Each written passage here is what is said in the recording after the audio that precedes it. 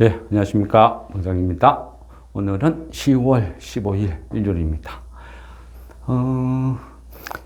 그죠? 어떤 요즘 장이 어렵고 힘드니까, 그죠? 어떤 보유하고 있는 종목이 좀 대응하고 좀 보기 힘든 그런 시기죠. 그러다 보니까 뭐 조금 질문이 많았습니다. 그래서 토요일은 이래저래 어떤 질문, 그리고 종목 상담, 준비를 하다 보니까요, 조금 많이 늦어졌습니다. 뭐 그런 건 얼마든지 좋습니다. 물론 어떤 상담을 하고 또 제가 어떤 답변을 드리는 게 전부 그죠? 100% 정답이 될 수는 없어요. 없지만 저는 어떤 어찌 보면 약간 정석, 일반적인 어떤 그런 답변을 드리는 거죠. 종목 상담을 이래 하다 보니까요, 뭐 좋은 종목도 있고 또 나쁜 종목도 있고 또 예전에는 좋았지만 지금은 좀 나빠지는 종목도 있고 여러 가지 종목이 있어요. 근데 뭐가 정답인 줄은 아무도 몰라요. 이 시기에는요, 나쁜 종목이라고 안 오르는 건 아니죠. 아주 부실 기업이 내가 이대로 있다가는 망하겠다 싶으면 어떡해요? 대규모 유상증자를 해서 살아남으려고 하죠. 그래서 살아남기 위해서는 유상증자를 성공시키기 위해서는 어떻게 해요? 가면 막 공시를 띄워요. 공시를 띄우고 주가를 급등시키고 그러면서 좋은 차트를 만들고 거래를 집중시키고 그 상황에서 어떤 호재성 공시를 띄워요. 띄우고 나서 유상증자를 발표하죠. 그러면 많은 개인들은 그 호재성 공시에 속아서 유상증자를 참여를 해요. 그럼 이거를 성공시키기 위해서 또 어떤 기업들은 작전을 펼치는 거죠. 그러다 보니까 이 시기에는 부실주가 오히려 급등하는 경우도 많이 있다는 거죠. 근데 그거는 극히 희박하죠. 그죠? 내가 갖고 있는 부실 종목이 작전을 펼칠 것이다. 성공할 것이다. 확률적으로 좀 낮다는 거죠. 그런 요행수를 바라는 것보다는 차라리 정석으로 가는 게 낫다. 지금 대부분의 종목이 다 하락하고 있어요. 대부분 다 바닥을 그리고 있고. 그러면요, 내 것만 보면 이만큼 떨어졌다. 가슴 아프지만 전체적인 종목을 쭉 훑어보면요, 내 것만 그런 게 아니구나. 뭐 다른 종목도 다 비슷하네. 그러면 그때는 나의 어떤 부실 종목을 팔고 우량하고 좋은 종목으로 수평 이동한다 생각하시면 때로는 편합니다. 그죠? 아니면 그래도 미래에 남는다 싶으면요, 한 50% 정도, 얘가 부실 기업이다 싶으면 한 50% 정도 매도를 하고 그 50%로 다른 종목을 사는 게 확률적으로 높다는 거죠.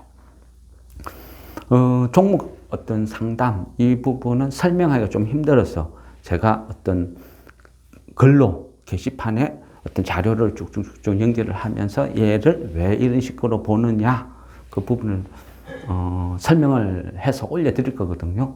근데 그 부분이 반드시 정답은 아니다. 이래 아셔야 되고, 왜 제가 이건 홀딩하자 아니면 이거는 조금 별로 안 좋아 보인다 말을 하는지 이해를 하시라는 거죠.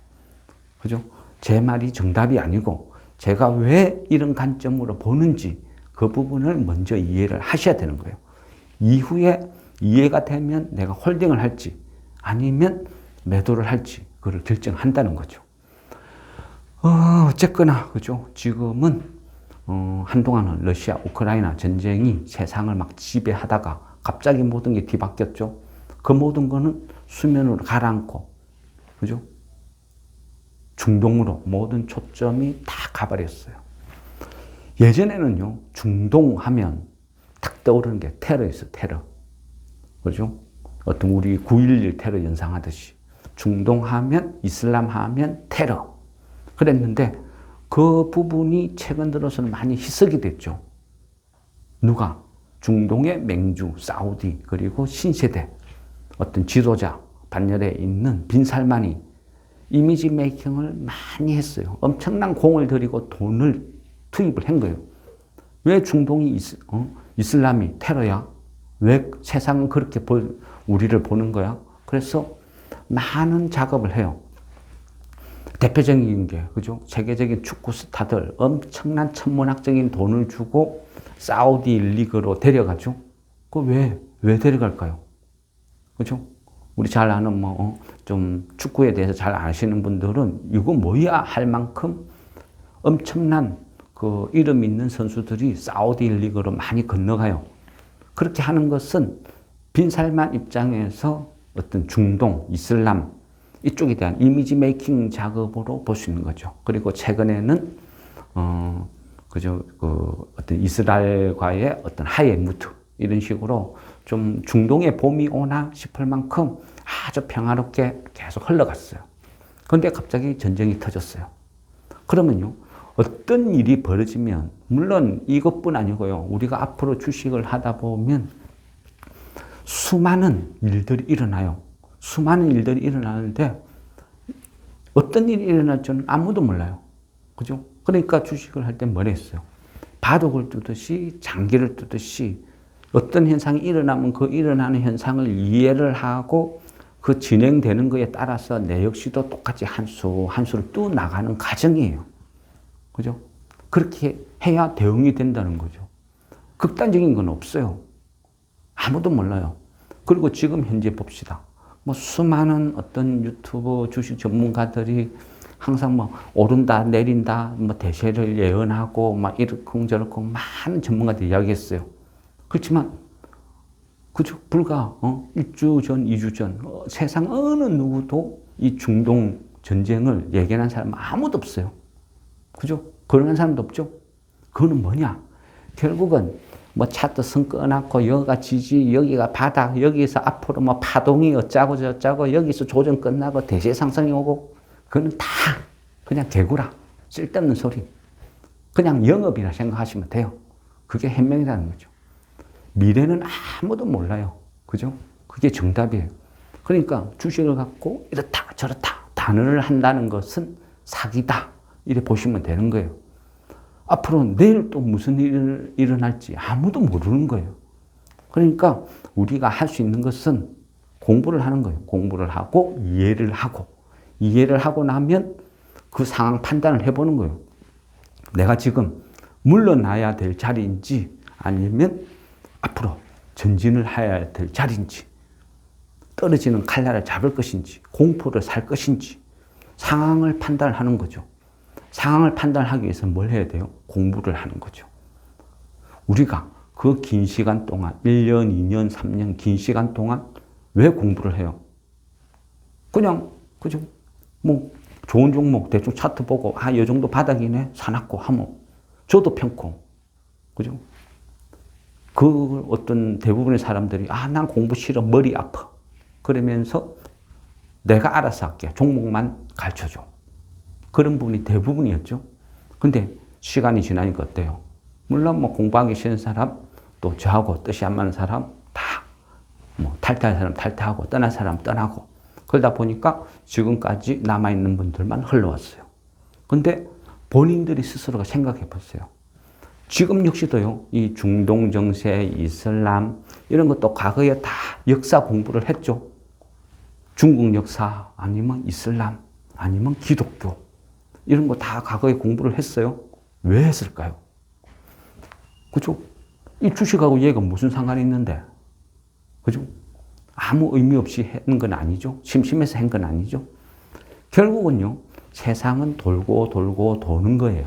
그러다 보니까 제가 주식을 10년, 20년, 30년 해보니까 필요하다는 거죠. 이 부분을 내가 이해를 해야 그때 내가 대처가 가능했구나. 그러니까 제가 어이없이 당한 거, 큰 손실을 입은 거, 그런 과정을 생각을 해서 이거는 필요하다 싶으니까 이제 설명을 드린 거죠. 사람은요, 항상 그래요. 내가 절박해야 관심이 생기고, 관심이 생겨야 그때 비로소 공부라는 게 되고, 공부라는 거는 결국 나의 절박함이 시작되는 거죠. 그때가 공부의 시작이에요. 그전에는요, 아무리 떠들어봐야, 제 혼자 떠들어봐야 그거는 잔소리밖에 안 되는 거죠. 그러면 예전에 1년, 2년 전에 다 했던 거 지금 다시 한번 생각나면 생각나는 대로 이래 들으시면 돼요. 왜냐하면 지금은 정시의 키워드는 중동이니까. 그러면 얘가 지금 어떤 일이 일어나고 왜 일어났는지 또 공부를 하는 거예요. 복습한다 생각하시면 돼요. 처음 경험하시는 분들은 뭐, 이랬구나 하시면 되고, 또 조금이라도 생각나시는 분은 예전에 들었는데 하시면 되고. 어쨌든 중요한 거는요, 앞으로도 살다 보면 또 이런 일을 경험한다는 거죠. 그때는 내가 슬기롭게 대처하기 위해서 이번 기회에 다시 한번 알아둔다 생각하시면 돼요. 일단은요, 그죠? 우리가 이 대응을 한다는 거는 저는 왜 요걸 줍니까? 저 커피 좋아하는데. 뭐죠? 게토레이. 다른 사람 다 커피 먹고 나는 왜 요걸 줘요? 알겠습니다. 일단은요, 우리가 이제 공부를 한번 하고 어떤 복기를 한번 해봅시다. 그래야 다음, 현재까지 일어난 상황을 생각해 보자는 거죠. 그래야 다음을 대처를 할 수 있으니까. 일단은 뭐죠? 우리가요, 어떤 일이 일어나면 문장 하나, 단어 하나 생각해 볼 필요가 있어요. 이번 전쟁이 일어났을 때 좀 이상하죠? 이스라엘, 팔레스타인 전쟁이라고 표현을 안 하죠. 뭐라고 해놨어요? 이스라엘, 하마스 전쟁으로 표현을 해냈어요. 그러면 왜? 아니, 이스라엘과 팔레스타인의 전쟁인데 왜 이스라엘과 하마스라고 해놨죠? 그죠? 이상하죠? 이상하면 알아봐야 돼요. 근데 이게 이상하다고 생각도 안 하면 문제가 있는 거예요. 왜냐하면 시작도 이해를 못 하는데 그 다음 수를 내다볼 수가 없겠죠. 그래서 공부라는 게 필요하다. 이래 되는 거죠. 지금 현재요, 팔레스타인 거주지, 팔레스타인을 논하면요, 이제 예전, 저같이 한 50대는 팔레스타인 하면 PLO 해가지고, 맞나? 맞을 거예요. 아라파트 의장이라고 불렀고요. 팔레스타인 해방기구를 대표, 아라파트 의장이 있었고, 이 사람이, 그러니까 PLO는 팔레스타인 해방기구, 이런 뜻이었거든요. 그러니까 이 부분을 대표하는, 팔레스타인을 대표하는, 어떤 PLO가 있었고, 그리고 이스라엘이 있었어요. 근데 이 부분을 팔레스타인 해방기구나 아니면 이스라엘이나 서로가 서로를 인정을 안 했어요. 인정을 안 하고 무시를 했죠. 그러니까 계속 전쟁이 벌어졌어요. 근데 누구죠? 빌 클린턴 대통령이 재임 시절에, 그러니까 한 1990년 초가 되겠네요. 어떤 클린턴 대통령 시절이니까. 그러니까 1990년 초반에, 그때, 죄송합니다. 익숙하지 않은 단어가 대놨어. 오슬로 협정. 오슬로 협정이라는 것을 맺어요. 이때 빌 클린턴 대통령이 주도를 해서 팔레스타인 해방기구 PLO 의장과 또 어떤 이스라엘 총리를 불러요. 그래서 싸우지 말자. 서로가 서로를 인정해주자. 그러니까 이스라엘 입장에서도 팔레스타인을 일방적으로 몰아붙이면 끝이 안 난다. 팔레스타인도 적당히 욕심을 내라. 그래서 서로가 서로를 양보를 시켜요. 중재를 한다는 거죠. 그러면서 지금 우리가 한참 문제가 알고 있는 이제 가자지구와 또 한 군데를 더 줘요. 웨스트뱅크라는 지역, 두 지역을 팔레스타인 어떤 거주지로 주는 거죠. 그래서 팔레스타인은 거기에서 둥지를 틀고 자기 삶의 터전을 만들어 가는 거죠. 그래서 어떤 중동의 평화가 오나, 중동의 봄이 오나, 이런 식으로 조금 흘러갔어요.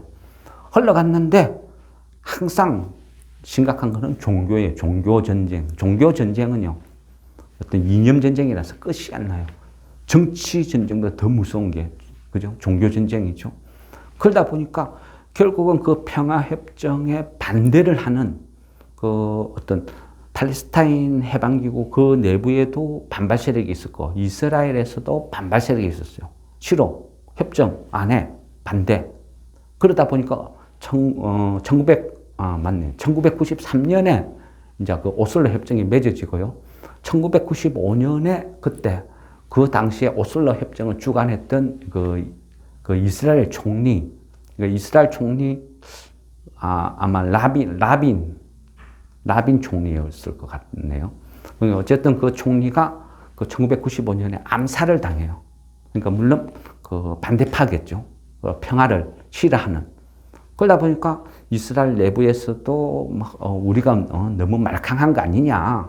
그런 식으로 약간, 그때만 해도 이스라엘은요, 어떤 천하무적이어서 막강이었어요. 싸우면 다 이긴다. 약간 그런 자신감, 이런 것도 있었다는 거죠. 뭉치기도 잘 뭉쳤고. 그런 상황에서 어떤 우리가 왜 팔레스타인한테 그 국가도 아닌 저런 테러 분자 단체들한테 양보를 해야 돼? 이런 식으로 약간 분열이 생겼고, 또 팔레스타인 역시도 너무 말캉한 거 아니야? 피에로 실망인데, 이러면서 팔레스타인 해방기구 이 피에로를 또 제껴두고 또 새로운 어떤 극우 단체가 하나 만들어져요. 일명 무슬림은요, 항상 어떤 단체를 만들 때 그 어떤 성전이라 그러죠. 성전. 이슬람 형제들은 뭉쳐라. 그래서 무슬림 형제라는 명분으로 항상 뭉쳐요. 무슬림 형제라는 명분으로 뭉쳐서 새로운 집단을 만드는 거죠. 그러니까 이때 그 이스라엘 총리가 암살을 당하면서 그때 또 하마스가 처음으로 탄생을 하게 돼요. 그러니까 이 하마스는 일종의 약간 어떤 극우 세력으로 만들어졌지만 이후에 이 하마스가 약간 머리를 쓰죠. 우리가 이 상태에서 앞전에 그 피에로가 팔레스타인 해방기구가 하는 걸 봤을 때 얘네들이 암만 어떤 행동을 해도 세상은 테러 분자로 보더라. 그래서 하마스가 힘을 키우기 위해서는 테러 분자가 아닌 정치 집단으로 성장을 해야 된다. 그래서 일단은 그 팔레스타인 내부의 정권부터 우리가 잡자. 그런 식으로 좀 전략을 좀 어찌 보면 명석하게 만들어 가요. 그러면서 이후에 하마스가 점점 정치 세력으로 커 나가는 거죠. 그래 보면요. 그런데 이제 어쨌거나 어떤 하마스의 탄생은 그렇다는 거죠. 그러면요. 그럼 여기에서 이후에, 그러니까 아까 오슬로 협정에서, 그죠? 웨스트뱅크와 가자 지구 두 군데를 줬다 그랬죠. 그럼 여기에서 이스라엘 총리가 암살을 당하고 이후에 서로가 서로를 막 분열이 생기면서, 그러면 이스라엘에서 어떤 극우 단체들은 또 그 웨스트뱅크 이쪽으로 자꾸 이제 침입을 해요. 조금씩 잠식을 해 나가는 거죠. 압도적인 어떤 그 무력을 이용해서 조금씩 잠식을 하다가 어느 순간 되니까 웨스트뱅크 대부분을 이스라엘에서 차지하고 있어요. 그러다 보니까 팔레스타인은 자꾸 밀리나고 하다 보니까 그 지금 가자 지구에 그 지금 전부 밀집돼서 사는 거예요. 가자 지구가 면적으로 보면요, 서울, 강남, 그 정도 크기밖에 안 돼요. 근데 거기에 그중 한 200만 명이 모여 살다 보니까 막 바글바글하죠. 인구 밀도가 장난이 아니죠. 그런데 어쨌든 이스라엘 그 변방에 꼽사리 껴서 사는 어떤 그런 구조가 되다 보니까 실제 전기, 에너지, 식량 모든 것을 이스라엘의 어떤 통제 속에서 살아가는 그런 지역이 되어버렸어요. 가자 지구는. 근데 어쨌든 그런 식으로 쭉 흘러왔는데, 근데 이게 이제 쉽게 그게 끝나지 않는다는 거요. 예전부터 많이 이어져 왔다는 거죠. 이거는 중동 전쟁이라는 거는 쉽지 않다는 거예요. 보면요, 1900 우리가 그죠? 어떤 해방, 그리고 6.25 직전, 그 당시니까 1948년, 그때 저 역시도 남은 나라 역사니까요. 나름대로 이래 어떤 공부를 좀 하고 열심히 준비를 해서 이래 왔지만은 또 말씀을 드리다 보면 조금씩 틀리는 부분은 좀 이해를 부탁드리겠습니다. 1948년경, 그 최초로 이제 이스라엘이 어떤 독립 전쟁을 펼쳐요. 그러면서 얘가 어떤 중동의 어떤 중동 전쟁에서 한 1차 어떤 이런 개념으로 자리를 잡고 이후에 1956년도 때 이제 그 2차 중동 전쟁이 벌어지죠. 그리고 좀 잠잠 흘러오다가 1967년도에 3차 중동 전쟁이 또 펼쳐져요. 근데 이 3차 중동 전쟁 때는요, 이스라엘도 제법 생각보다 많은 경제력이나 군사 규모를 키웠어요. 세상 밖으로 나가서 엄청난 돈을 버는 거죠. 그 유대인들, 흔히 우리 이야기할 때, 그죠? 유대인들이 어떤 식으로 살아가는지, 얼마나 똑똑한지, 돈을 얼마나 잘 버는지, 이거는 우리가 익히 배웠잖아요. 그죠? 그 책에도 보면, 그 베니스의 상인이 그 이스라엘 사람들을 모태로 한다 할 만큼 경제적으로 압도적인 어떤 그런 능력을 키우고, 그거를 이스라엘 모국으로 보내고, 그러다 보니까 무기도 많이 사오고, 많이 성장을 했어요. 그러다 보니까 1967년도에 어떤 3차 중동 전쟁은요, 그 3차 중동 전쟁이라고 안 하고 보통 6.1 전쟁이라고 불러요. 전쟁 딱 발발하고 6일 만에 끝내버렸죠. 압승. 그 정도로 막강한 어떤 그런 어떤 자신감, 위력을 발휘하죠. 중동 그 내에서 어떤 이스라엘이 큰 소리 치면서 살아남을 수 있는 그런 자신감을 준 시기이기도 해요. 그런데 그 이후에 어떤 자신감으로 넘쳐나는 그 이후에 1973년도에 1973년 10월 6일이 중요해요. 10월 6일 그 용키푸르 전쟁이래요. 용키푸르 전쟁. 이게 중동의 4차 전쟁인데 이때 어떤 일종의 이스라엘 입장에서는 어떤 기습 공격을 당한 거예요. 그러면서 약간 의문의 1패, 굳이 중동 전쟁을 4차까지 따지보면요, 한 3승 1패 이 정도로 보는 이유가 73년도 그때는 의문의 1패였다. 어떤 기습 공격을 당해서 너무 훅 당했다. 이런 식이죠. 4차 중동 전쟁이 10월 6일 날, 73년도 10월 6일 날, 이게 의미가 있죠. 근데 이번 하마스의 기습 공격 어때요? 그건 따지고 보면요, 50주년이거든요. 50주년. 4차 중동 전쟁이 일어나고 50주년 되는 해예요. 그러면 4차까지 이스라엘이 3승 1패. 그러면 그 1패가 1973년도 10월 6일 날. 그러니까 의문의 1패. 그러니까 이 1패를 당한 이 날을 기점으로 하마스가 다시 공격을 했다. 50주년. 이거는 약간 기획설의 어떤 충동적인 게 아니다. 이거는 철저한 기획이다. 그 뒤에는 누군가가 있었을 거야. 이거는 기획이야. 기획이란 거는 준비 기간이 필요하죠. 그래서 이란이 뒤에서 배후 아니냐? 이런 말이 나오는 거죠. 그러면 하마스하고 이란하고는 무슨 관계죠? 근데 실제적으로는 하마스하고 이란하고는 직접적인 관계가 없어요.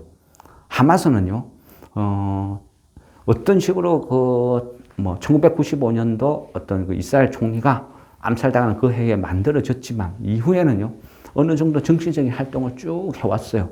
그러면서 지금 실제 팔레스타인을 지배하고 있는 그 어떤 정치 지도자, 얘하고 이쪽하고는 별개로요, 일종의 어떤 정치 집단을 보면 우리로 보면 여당, 야당 한 그 정도 개념. 그러니까 대통령이 있고 여당 있는데 얘네들은 하마스는 야당의 하나의 정당처럼 이제 커 나온 거죠. 그러면서 어떤 정치 기반을 가자 지구에 둔 거예요. 그러니까 웨스트뱅크는 제쳐두고 가자 지구 내부에서 얘네들이 커 오면서 기존에 이 팔레스타인 지도부는 너무 말캉해 물러 터졌어. 그래서 얘네들은 못 믿어. 팔레스타인의 미래는 하마스가 책임진다. 이런 식으로 막 어떤 주도해왔어요. 주도해왔는데 갑자기 어떤 일이 벌어졌어요. 사우디가, 그죠? 사우디가 이슬람을 막 서서히 영향력을 높여가면서 지배하기 시작해요. 이슬람은 뭐라 그랬죠? 그 수니파와 시아파가 있댔죠. 수니파가 무슬림의 90%를 차지해요. 그리고 거기에는 사우디가 있고, 반대로 시아파가 어떤 주둔하고 있는, 그러니까 어떤 권력을 잡고 있는 나라가 이란이죠. 근데 그러니까 사우디와 이란은 좀 적당히 또 앙숙관계고. 근데 어쨌든 무슬림의 90%를 차지하고 있는 사우디, 빈 살만이 이슬람의 어떤 이미지 메이킹을 해 나가면서 점점 어떤 바꿔나가죠. 그러면서 최근에는 이스라엘, 그죠? 그 이스라엘, 네타냐후 총리와 빈 살만이 만나서 서로 사이좋게 지내자, 싸우지 말자. 그런 식으로 어떤 중동의 봄, 서서히 만들어가는 그런 입장이었어요. 그러면, 어떤 시아파의, 무슬림 10%를 차지하는 시아파의 이란 입장이나 하마스 입장에서는 어떤 생각이 들까요? 우리는 이대로 중동에서 잊혀지는 거 아니야? 그런 불안감도 생기겠죠. 하마스 입장에서는 어떻게 해요? 아, 이대로 끝나는 거야? 세상은 팔레스타인, 이스라엘에 더 이상 관심이 없는 거야? 그럼 팔레스타인은 이대로 끝나는 거야? 그런 생각이 드는 거예요. 그래서 하마스 입장에서는 어떻게 해요? 세상의 이목 관심을 우리한테로 끌어들여야 되겠다 생각한 것 같아요. 그래서 이번에 기습 공격을 했다. 이래 볼 수 있는 거죠. 기습 공격을 했는데, 근데 이거는 어차피 처음부터 계란으로 바위치기였거든요. 왜냐하면, 그 이스라엘 그 내부에 있는 가자 지구, 여기는 쉽게 얘기해서 이스라엘이 전기만 다 차단해도 고립되는 거예요. 그리고 이스라엘이 병력으로 삥 포위만 해도 한 방에 그냥 끝장나는 거예요. 포위만 하고 가만둬도 굶어 죽는 거예요. 그런데도 덤벼들었다. 그러면서 하마스가 하는 건 뭐죠? 종교전쟁으로 지금 이제 분쟁시키려고 노력을 하죠. 야, 이거는 하마스와 이스라엘의 싸움이 아니고 이슬람과 기독교의 싸움이야. 그런 식으로 막 확전을 시키려고 열심히 노력을 해요. 그러다 보니까 미국이 바로 들어가죠. 미국이 바로 개입을 해요. 지지 성명을 내비치고. 그리고 어떤 식으로든 이스라엘과 하겠다. 근데 이 말은요, 미국 입장에서도 중동에서 이 확전이 되는 걸 원치 않아요. 왜? 내년에 대선이 있으니까. 그래서 빨리 조기에 수습을 하려고 하는 거죠. 그래서 뭐 미국에서, 그죠? 바로 급파를 해서 이스라엘과 이집트하고 서로 만나는 거죠. 이집트는 왜 끼어드느냐? 결국 국경으로 보면요. 국경 구조로 이래 봤을 때는 이스라엘을 삥 둘러싸고 있는 이 네 방위를 봤을 때는 그나마 어떤 미국의 우호적인 데가 이집트고, 하면 이집트를 어떤 일종의 테러를 만들어주는 거죠. 가자 지구에 있는 이 200만 명 민간인을 탈출할 수 있는 루트를 만들자. 그래서 이집트의 협조를 얻어서 민간인들을 다 피신시켜버리면 결국 남는 건 뭐죠? 하마스만 남는 거예요.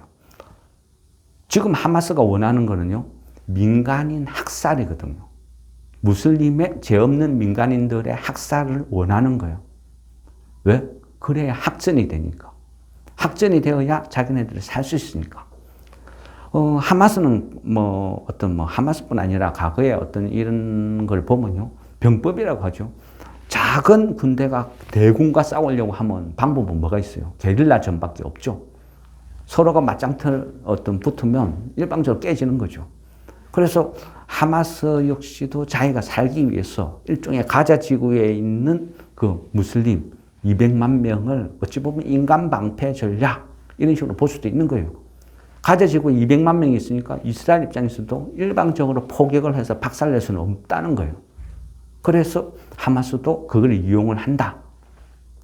그러면 이거를 확전을 막을 수 있는 가장 깔끔한 방법은 민간인 200만 명을 이집트 루트를 통해서 다 피신시켜버리면 남는 거는 하마스밖에 안 남는다.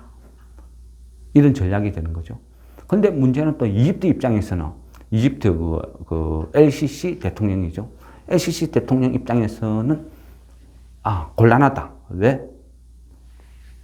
가자 지구에 있는 그 200만 명이 순수한 민간인이라고 누가 알 수 있느냐. 그리고 이집트에 피난 온 난민들 중에서 또 어떤 하마스가 숨어 있다면 그 하마스가 이집트 내부에서도 이슬람 형제들이여 무슬림 형제들이여 모여라. 이런 식으로 또 새로운 어떤 테러 집단을 만들 수 있다는 거예요.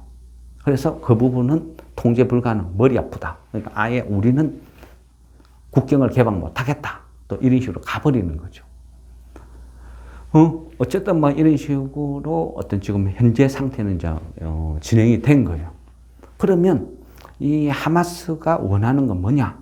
이거를 종교 전쟁으로 만들어 나가자 이런 전략인데, 그러면 이게 왜 어떤 중동 그다음에 가자 지구 이 부분이 어떤 끝나지 않는 어떤 종교 전쟁으로 갈 수밖에 없느냐? 물론 저는요, 뭐 무슬림도 아니고 그렇다고 기독교도 아닙니다. 저는 단지 어떤 순수한 어떤 주식쟁이로서의 어떤 시각이지, 혹시나 무슬림이나 아니면 그 기독교나 믿는 분들 입장에서는 쟤 왜 저래 할 수도 있는 거죠. 그러니까 그런 부분은 아니라는 거 알려주시고, 그리고 저 역시도 얕은 종교 지식이니까 틀린 부분도 있을 수도 있어요. 근데 어쨌든 제가 이해하는 부분, 제가 알고 있는 부분을 이제 말씀을 드리는 거죠. 일단은 그죠. 그 하마스 사령관이 그랬죠. 전쟁을 선포할 때 모함마드 데이프 전쟁. 그 모함마드 데이프가 그 하마스 사령관이죠. 근데 모함마드 데이프가 말할 때 알 아크샤 홍수 작전이라고 명명을 했어요. 그죠? 네, 감사합니다. 네, 저는 역시 커피. 고맙습니다. 그러니까 알 아크사 폭풍. 그러면 알 아크사가 뭐냐? 알 아크사는 뭐 아시는 분도 많이 알겠지만 일단 지명이죠, 지명. 근데 이 알 아크샤가 어떤 의미를 갖고 있냐면요. 같은 지역이지만 어떤 무슬림 입장에서 봤을 때는 그죠? 무슬림의 어떤 성직자, 그러니까 무함마드가 그 어떤 성천한 자리, 그러니까 어떤 그 여기에서 죽어서 뭐 신이 되었다, 뭐 일종의 어떤 그런 성천, 그런 어떤 성지라는 거죠, 성지. 그리고 기독교 입장에서 보면 그죠? 그 구약 성서에 그 아브라함이 이삭을 낳고 뭐 어쩌고저쩌고 막 흘러가죠. 그러면 구약 성서에 보면 아브라함이 그 아들 이삭을 신에게 제물로 바친 장소다라고 나오는 거죠. 그러다 보니까 이슬람 입장에서도 아니면 기독교 입장에서도 이 알라크샤 이 지역은 엄청난 성지다. 서로가 종교적인 관점에서는 절대 포기할 수 없는 위치다. 이래 볼 수 있는 거예요. 그러다 보니까 양보가 안 되는 거죠. 양보가 안 된다는 말은 뭐죠? 뭐 타협, 하해 내지는 같이 공존을 해야 되는데, 같은 지역에서 한쪽에는 이슬람이 어떤 종교 행위를 하고 한쪽에 기독교에서 종교 행위를 하고, 그러니까 서로가 서로를 인정을 안 하는 거죠. 그러니까 끝없는 전쟁, 천년 전쟁 계속 이어진다 이렇게 볼 수도 있는 거예요.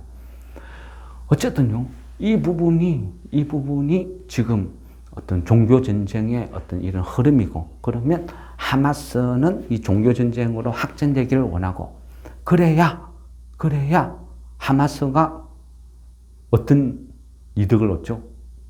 결국은요, 팔레스타인을 대표하는, 그러니까 하마스는 곧 팔레스타인이라고 인정을 받고 싶은 거예요. 그러니까 하마스가 이번에 인터내셔널 기사를 보면 좀 잔인한 짓도 많이 했죠. 실제 했는지 안 했는지는 모르죠. 어쨌든 했다. 이래 나오는 거죠. 그러면 그 앞전까지만 해도요, 우리가, 그죠? 어떤 일이 있었죠? 아프가니스탄 2021년도에 바이든이 집권을 하면서 아프가니스탄 철군을 하고, 그 이후에 중동 어떤 무슬림 한번 대표적인 게 뭐였죠? 가장 잔인하고 무섭고 IS죠, IS. 근데 하마스의 어떤 목표는 IS를 제끼는 것 같아요. IS보다 중동, 무슬림 하면 IS가 아닌 하마스, 이런 식으로 원하는 것 같아요. 노이즈 마케팅, 이런 식으로. 그런 식으로 어떤 얘네들이 팔레스타인에 대표하는 기구로 인정을 받고 싶다. 일종의 이런 것도 있지 않나? 이런 생각이 들고요. 근데 실제적으로 보면요, 하마스는 어떤 군사력이나 이런 규모가 작죠.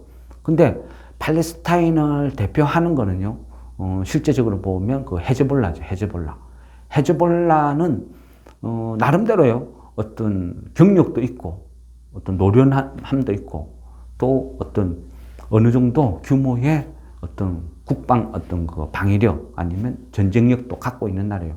뭐 시리아 내전 이런 데도 막 지원을 해주고 참전을 할 정도니까. 그러니까 실제는 여기에서요. 이제 우리가 이 주식쟁이 입장에서 이 부분이 확전이 되느냐 안 되느냐 이 부분을 대응을 해야 되겠죠. 하마스와 이스라엘의 어떤 분쟁으로 끝나버리면 얘는 조기에 수습이 될 거예요. 그래서 주식시장에 큰 영향이 없다는 거죠. 그런데 여기에서 그 다음 악재는 뭐냐 하면 헤즈볼라가 개입을 하는 거예요. 헤즈볼라는 보면 그죠? 어떤 이스라엘 입장에서 보면 이스라엘 한 북쪽 그쪽 부분이 될 것이고 가자 지구 이쪽은 남쪽이 될 것이고 그러면 헤즈볼라가 개입하면 이스라엘 입장에서는 양쪽에서 치고 들어오는 양동 작전을 해야 된다. 그러니까 어떤 분산이 되겠죠, 전력이. 그래서 가장 골치 아픈 케이스가 될 수도 있는 거죠. 그리고 하마스보다는 월등한 노련한 헤즈볼라는 약간 어찌 보면 버거운 상대가 될 수도 있어요. 그래서 하마스가 원하는 거는 헤즈볼라의 개입을 원하는 거고. 그러면 헤즈볼라가 만약 개입을 한다면요. 그러면 좀 상황이 골치 아파져요. 왜? 헤즈볼라는 결국은요. 헤즈볼라를 지원을 해주는 데는 이란이거든요. 그래서 가장 어떤 상황을 복잡하게 만드는 것은 하마스에서 그다음 헤즈볼라 개입. 헤즈볼라가 개입하게 되면 결국은 이란이 개입하게 된다는 거죠. 이게 가장 최악의 시나리오예요. 그래서 어쨌든 헤즈볼라가 참전을 한다 이래 되면 주식쟁이들은 몸살이어야 돼요. 일단은 종목을 축소하든지 현금 비중을 높이든지 하면서 상황을 지켜봐야 된다는 거죠. 그거는 위험한 상황이 갈 수 있다. 헤즈볼라가 개입을 한다는 것은 결국 이란이 개입을 하는 거죠. 이란이 개입한다는 것은 또 왜 상황이 골치 아파지죠? 이란은 지리적으로 그죠? 그 앞전에도 공부를 많이 했잖아요. 이란이 항상 분쟁이 일어나고 이란이 힘을 쓰고 이란이 무서운 것은 모든 그죠? 중동 국가의 어떤 석유 유조선이 떠서 유럽으로 어디로 수출을 하기 위해서는 배가 지나가야 되죠. 거기가 어디다? 페르시아만의 그죠? 그 호르무즈 해협, 그 호리병처럼 이렇게 쪼가게 생긴 이 해협을 통과해야 되는데 이란이 이 호르무즈 해협을 딱 막아버리면 석유가 차단이 돼버리죠. 그러면 유가가 급등을 하는 거예요. 이게 무서운 거예요. 왜? 석유 수출이 차단돼 버리니까 이제 이때부터는 본격적으로 막 $100, 막 110불, 120불, 막 천정부지로 치솟는 그런 상황이 발생이 되는 거죠. 그래서 이란의 개입이 가장 골치 아프고 무섭다. 이래 볼 수도 있는 거예요. 그래서 미국 입장에서도 하마스 기획설 그 뒤에 이란이 있을 것 같기는 한데 그냥 단박에 이란 너지 말을 못하는 이유가 그런 거예요. 걷잡을 수 없이 확산이 될까 봐. 그래서 적당히 눈 감아주고 이란 입장에서도 나도 모르겠는데 하마스가 공격하니까 나도 깜짝 놀랐는데 그래 이야기하죠. 알면서도 속고 모르면서도 속는 이유가 그렇다는 거예요. 그러면 미국 입장에서는 어때요? 일단은 바이든 입장에서는 어때요? 내년에 대선을 치러야 되는데 바이든 입장에서는 정말 짜증나죠. 2021년도에 아프가니스탄 철군하고 나서 IS가 확 설치면서 바이든 너 실수한 거야. 엄청난 지탄을 받았어요. 그래서 조금 잠잠해지나 싶은데 2022년도에 러시아, 우크라이나 전쟁이 펼쳐지죠. 그런데 그것도 아직 안 끝났는데 2023년도에 또 5차 중동 전쟁으로 흘러가죠. 그런데 하필이면 그죠? 하필이면 오펙과 러시아가 합작해서 감산하면서 유가를 막 가격을 끌어올리려고 그래요. 끌어올리려고 하니까 그 대응 방안으로 바이든이 유가를 잡기 위해서 내년 대선에 유리하기 위해서는 인플레이션을 잡아야 되죠. 그럼 이 인플레이션을 잡기 위해서는 유가를 잡아야 되는 거예요. 그럼 이 유가를 잡기 위해서 결국 그동안 족쇄를 채워뒀던 이란의 족쇄를 하나씩 풀어주는 거예요. 그리고 이란은 미국의 어떤 비호 아래 암묵적으로 석유 거래를 계속 해왔어요. 해오다 보니까 그 사우디, 러시아가 주도하는 이 가격을 확 끌어올리는 것을 이란이 공급을 해줌으로써 다시 다운시킨 거예요. 100불 넘어가네, 110불 가네 하던 게 이란이 팔기 시작하면서 어떻게 됐어요? 100불, 90불, 80불, 지금은 80불 중반대에서 어느 정도 안정화를 찾은 이유가 이란의 어떤 결정적인 공헌이다. 석유도 똑같은 석유가 아니죠. 품질이 있거든요. 실제 어떤 그 석유를 정제를 했을 때 품질 면을 보면 이란산이 최고 등급으로 평가를 받거든요. 그만큼 이란은 팔려고만 하면 수요는 넘쳐난다는 거죠. 수요 대기는. 그래서 미국이 암묵적으로 풀어주고 최근에는 우리나라의 그죠 석유 어떤 자금, 구입 자금 동결된 그 돈까지도 해제시켜 준다. 그런 시점이었죠. 그리고 우리도 이란에 그 돈을 돌려주고 이란 입장에서는 원금 플러스 이자를 내라. 우리는 이자 뭐 너무한 거 아니야? 핑퐁 치고 있는 그 단계에서 갑자기 하마스가 공격이 됐어요. 그러면 미국 입장에서는 어떻게 돼요? 이란을 때려잡으면 사우디와 러시아가 가장 즐거워하겠죠. 기뻐하겠죠. 그리고 대선은 물 건너 가는 거예요. 그렇다고 모른 척 하려니까 자존심 상하고. 지금 딱 그 상태예요. 문제는요, 우리가 이 상황을 볼 때 미국 입장에서는 어때요? 바이든이 주도하는 민주당 입장에서는 내년 대선을 위해서 무조건 이스라엘을 지원해줘야 되는 입장이고, 그리고 공화당 입장에서는 뭐 트럼프부터 유대계죠. 그리고 공화당의 많은 의원들이 유대계 의원 내지는 유대계 어떤 자금을 지원받는 그런 정치인들이라는 거죠. 그래서 공화당은 당연히 또 협조할 거예요. 그게 문제예요. 근데 지금 공화당은 뭐죠? 하원 의원이 지금 메카시가 잘렸죠. 그러면 이스라엘을 빠른 시간 내에 뭔가 지원해 주려면 해야 되는데 하필이면 또 하원 의장이 없어요. 그러니까 지금 뭔가 좀 애매한 위치에 놓여 있는 거예요. 그 틈을 미국도 하원 의장이 없는 상태니까 빠르게 지원을 못 해주는 거. 그런 것까지도 노렸나? 그래서 자꾸 하마스, 이란, 기획설이라는 게 나오는 이유가 그런 부분이거든요. 어쨌든요, 지금 이 중동 사태에서 가장 중요한 것은 우리가 이거를 이해하는 부분도 있지만 한 수 대응을 할 때 중요한 거는 그 다음 수순은요, 헤즈볼라가 개입을 하느냐 안 하느냐, 이게 중요한 거예요. 근데 헤즈볼라가 개입을 한다 하면 비중을 축소하든지 몸살해야 돼요. 가장 무서운 거는 이란까지 개입을 하면요, 이거는 답이 없어져요. 그러면요, 현금 비중 최대한 높여야 돼요. 그게 수순이라는 거죠. 모든 주식이라는 거는 제가 보는 관점은 그렇습니다. 차트 꺼놨고 어디가 바닥인데 어짠데 저짠데 그거는 자살행위예요. 지금 우리가 보는 건 차트가 아니라고요. 어느 차트에 하마스 공격이 나와 있어요. 그건 아니죠. 지금 우리가 볼 거는 다음 수순이에요.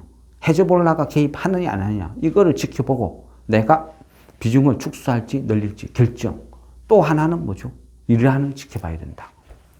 그러면 주식쟁이 입장에서는 이 상황에 어떻게 대응을 해야 될까요? 결국은 그죠? 전쟁이죠, 전쟁. 시장도 지금 중동 관련 전쟁주로 들썩들썩 하니까 네옴시티 관련주들 제일 먼저 폭탄 맞아버리죠. 중동에 전쟁이 일어날 때 네옴시티는 뭐야? 아무 쓸모없어. 이래 될 수 있다죠. 그리고 앞전에, 그죠? 어떤 그 종목들, 이런 거 대응을 할 때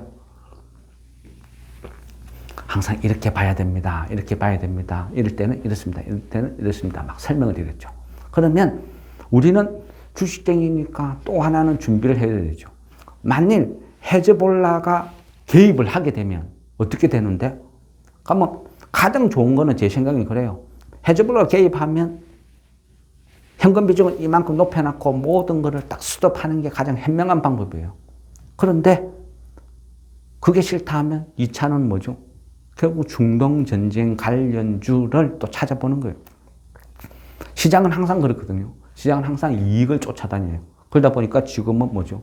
뭐 흥구석유, 중앙에너비스, 아니면 뭐 GSE, 대성에너지 이런 것들이 더석더석 하죠. 항상 시장은 그렇다는 거죠. 반대급부라는 게 나타난다는 거죠. 그러면 얘네들이 테마로서 움직이다가 다시 쭉 폭락하고 제자리로 돌아가는 경우는 이 헤즈볼라가 우리는 개입을 안 한다. 이란은 우리하고는 상관없다. 선을 끊는 경우. 이때가 위험한 시기가 되는 거죠. 그래서 테마라는 건 항상 위험해요. 그래서 테마는 이 분쟁의 초점을 정확하게 이해를 하고 거기에서 헤즈볼라가 선을 끊는다. 이란이 선을 끊는다. 이때는 그 관련된 테마주들 무조건 다 손을 떼야 되는 거예요. 그래서 테마 대응은 어렵다는 거죠. 근데 반대로 우리가 헤즈볼라가 개입을 하면 어떻게 되느냐? 그럼 그것도 준비를 뭐 하는 것도 방법이 있죠. 사든 안 사든 일단은 경험이니까 대응을 해보는 거예요. 거기에 관련된 종목들은 또 어떻게 있나? 이런 것도 뭐 어떤 공부가 되겠죠. 경험이니까. 네, 어쨌든 예, 알겠습니다. 그러면 여기서 잠깐 스톱하고 다시 그러면 2부에서 그러면 만일 헤즈볼라가 개입하면 어떤 종목을 우리가 봐야 될까? 그 부분에 대해서도 한번 공부를 해보도록 하겠습니다. 됐습니다.